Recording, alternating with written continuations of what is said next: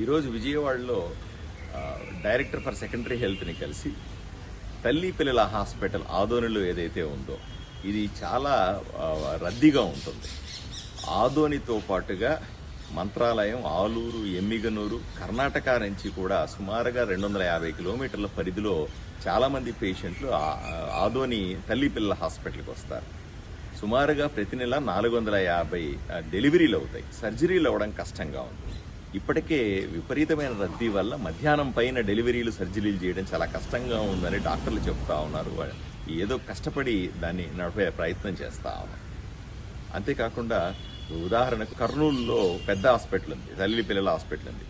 అక్కడ కర్నూలు జిల్లా మొత్తానికి కూడా అక్కడ 700 ఆపరేషన్లు, 700 డెలివరీలు అయితే నెలకి, ఆదోనిలో ఒక్క నెలకి 450 డెలివరీలు అవుతున్నాయి.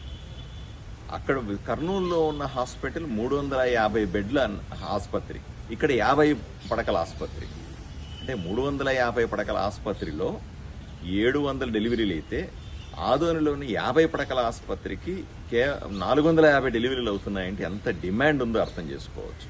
ఇంత డిమాండ్ని, ఈ పరిస్థితుల్ని తట్టుకోవడానికి తప్పనిసరిగా మాకు 50 పడకల ఆసుపత్రిని 100 పడకల ఆసుపత్రిగా చేయమని నేను ఇప్పుడే డైరెక్టర్ గారిని కలిసి రిక్వెస్ట్ చేశాను.